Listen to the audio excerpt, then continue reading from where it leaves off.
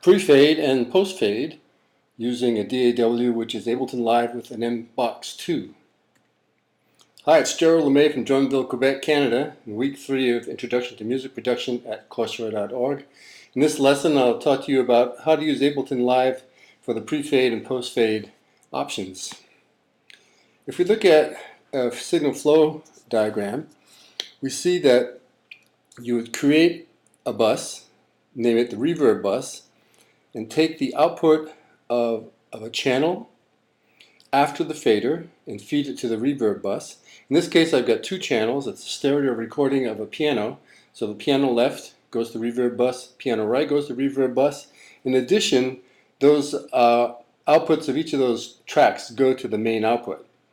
Then there's an auxiliary track that's created, and the output of that reverb bus feeds into this auxiliary track, and it's in that auxiliary track where you put your effect, in this case a reverb.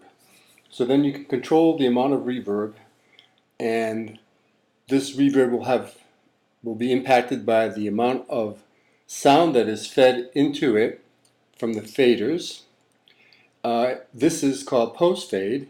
In a pre-fade situation, the reverb is taken before the faders, and this would be appropriate for the signal that's sent to the monitors, so that the monitors, the information going to the musicians on stage would not change as the faders are changed to accommodate for the change in acoustics in a room.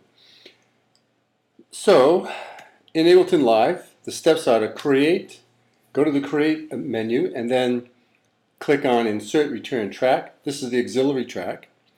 Add a reverb effect to this track, and I'll show you how to do that. Then turn up the sends on each of the audio track so that there'll be a signal going to that auxiliary track, which in Live is called return track. And then I'll toggle between pre and post so that you can hear the difference. So first we'll go to create and insert a return track. Then we'll go down to the effects, audio effects, reverb, concert hall, and you'll see that the audio track appears. Then we'll turn up the gains on both of the tracks for the send, and then we'll play.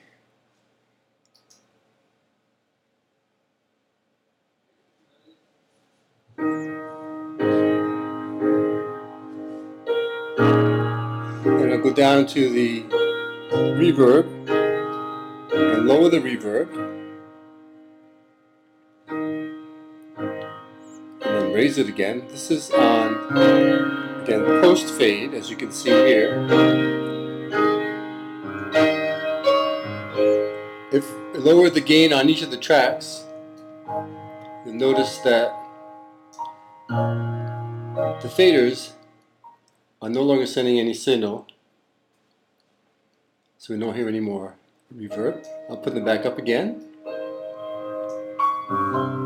and then click on pre-fade and lower the reverb and raise it again. And now when we lower the gains on each of the tracks, we're still getting a signal going through because the faders have no effect in this pre-fade mode. Let me go back to post-fade and raise the gains.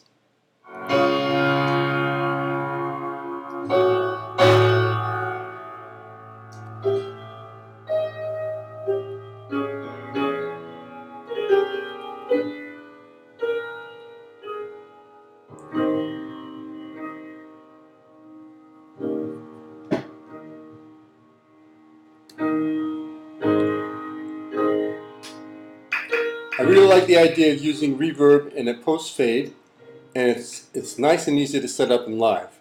Please let me know if I missed anything, and thanks for taking the time to check this out.